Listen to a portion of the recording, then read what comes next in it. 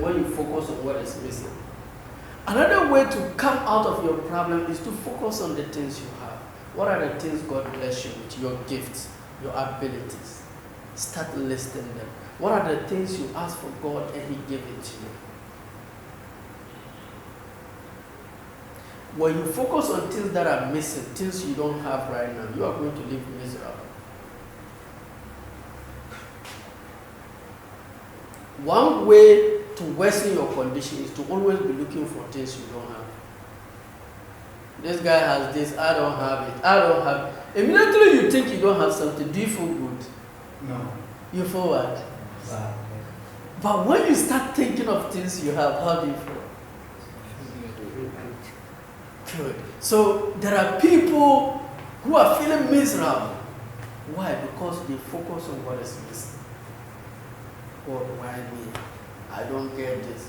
No, you are healthy. You have something to eat. You have water to drink. You have little money. You have a place to sleep. You still have your parents. You can see. You can even urinate. I went to the hospital. One rich man with his car park, he can't urinate. They have to connect that something. I can't remember the name of that thing for him to be able to urinate. Some people cannot eat. They have to connect things. Some cannot see. They walk like this. Appreciate what you have. Don't compare yourself with anybody. Appreciate what you have. So if you're in your bad time, start listing things God has blessed you with. God, thank you for giving me a mother. God, thank you for the mother I have. Thank you for the dad. God, today I had something to eat. God, I had a place to sleep. God, I have some small coins with me. God, I have a clothing to wear. God, I can walk. God, I can do this. God, I had good sleep. God, start listing things you are good at. God said, if you are grateful, I will give you more. If you give somebody 50 cedi and he doesn't appreciate it, if you get 1,000 cedi, would you give it to the person? It's attitude. God give you 10 cedi and you just be happy, thank you, and say, why are you happy like that? God, you bless me with 10. So 10 cedi you are giving me this happiness. Yes, God. Look, take 50,000. But I give you 500. God. Who said you give me 1,000? God, why things like that? God, me things are better. Oh, then you take it. Oh, God, please. No, don't do that. Appreciate what you have. So, the fourth point on how to handle your problems is the path out of the valley appears when you start to appreciate the things you have. Yes, that's what I've done. So just start appreciating the things you have. Just start listing. When you go home, get a pen and write, what are the things I have? Forget about what you don't have for now.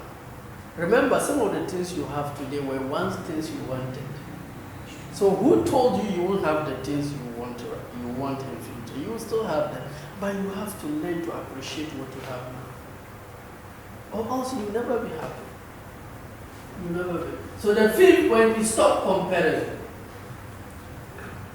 If you want to come out of problems, sadness, unhappiness, stop comparing. How could someone win a silver medal for outstanding performance and still be unhappy? How can somebody? It was a competition they had, and the guy wins silver medal for outstanding performance, and then he was not happy. And the reason was that he compared himself with those who had gold. I was eager to hit 1,000 subscribers. When I hit 1,026K, I went and checked Fancy Gada. He had 90 something. Then I started feeling some way. I said, no, not me. I'm going to enjoy my 1K. I'm going to enjoy it. The best way to feel bad is to compare. I don't care whatever you have. If you compare, there will be those who are better than you, and there will be those who are also better than you. So you can either compare those who are better than and feel good, or you compare to those who are better than you and feel bad. But don't even do any one of them. Do this. Compare who you are today with who you used to be. Compare what you have now with what you used to have. Compare where you are today with where you used to be. When you wake up, set your goals. And always remember where you are coming from. I remember when I was in JSS. I remember when I was in SS. I remember when I was in teaching training college. I remember when I was in university for my first degree. I remember when I was doing my master's at the University of Ghana. I remember my first teaching post. I remember when I was teaching P2. I remember when I was teaching P6. I remember when I started teaching JSS. Now I'm teaching senior high. I want to teach training college. I want to teach university. I remember when I wanted to write my first book, my second book, today I have my third book. I remember when I wanted to organize my first seminar. I remember my first time of speaking. Compare what you are doing today with what you used to do. Compare what you have today. I remember when I used to live with my parents. I remember my first day I rented. Today, alhamdulillah, I live in my own home. So, if I'm comparing look, even if you buy a car and you compare your car with others, there will be those with better cars than you. If you want to live a miserable life, compare your life with others. In fact, everybody had their journey. Your journey is not their journey. I know women who dress nice, look through the mirror happy, they came out and saw somebody, saw the way the person dressed, and they just felt, then they will go back home. And somebody's at the hospital wishing to have the cloth you are wearing. People go to church and they're comparing their dress. When they do their hair, they show their hair. People go to eat. Eat is other. Eat. We went to mosque. Everybody's showing their dress. It's not about God pray. No, it's about my dressing. Comparison. So how can you be happy? So one way to overcome challenges is to stop comparison. Compare who you are today with who you used to be. And now compare who you are today, where you want to go. I want to be a world-class speaker. That's the goal. World-class speaker. Not what others are doing. No. And you see something?